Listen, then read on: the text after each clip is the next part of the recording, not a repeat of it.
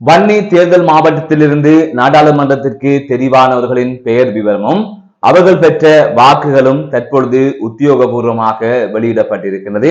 அதன் அடிப்படையில் வன்னி தேர்தல் மாவட்டத்தில் அதிகூடிய வாக்குகளை அப்துல் ரிசாட் பெற்றிருக்கின்றார். ஆக குறைந்த வாக்கினை செல்வம் அடைக்கலநாதன் பெற்றிருக்கின்றார். தொடர்ந்து பார்க்கலாம் யார் யார் தெரிவு செய்யப்பட்டிருக்கிறார்கள், அவர்கள் எத்தனை வாக்குகளை பெற்றிருக்கிறார்கள் என்று. அந்த வகையில் தமிழரசு கட்சியைச் சேர்ந்த துரைராசா ரவிகரன் அவர்கள் 11,215 வாக்குகளை பெற்று வெற்றி பெற்றிருக்கிறார். அதனைத் தொடர்ந்து அடைக்கலநாதன் அவர்கள் 5,695 வாக்குகளை பெற்றிருக்கின்றார். இவர் ஜனநாயக தமிழ் தேசிய கூட்டமைப்பில் போட்டியிட்டவர். அதனைத் தொடர்ந்து செல்வத்தம்பி திலகநாதன் 10,652 வாக்குகளை பெற்றிருக்கின்றார். இவர் தேசிய மக்கள் சக்தியில் போட்டியிட்டவர்.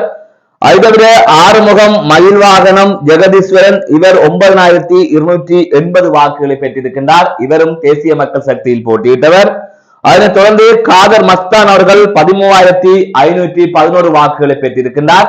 இவர் ஸ்ரீலங்கா தொழிலாளர் கட்சியில் போட்டியிட்டிருந்தார். அதே போல அப்துல் ரிசாட் அவர்கள் இவர் ஐக்கிய மக்கள் சக்தியில் போட்டியிட்டிருந்தார். இவர் 21,018 வாக்குகளை பெற்றிருக்கின்றார்.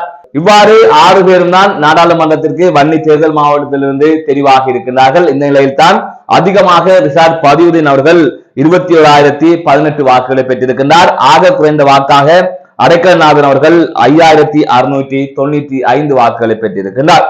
மீண்டும் ஒரு காணொலி சந்திக்கின்றேன். நான் நடராஜ் அஜயகாந்த்.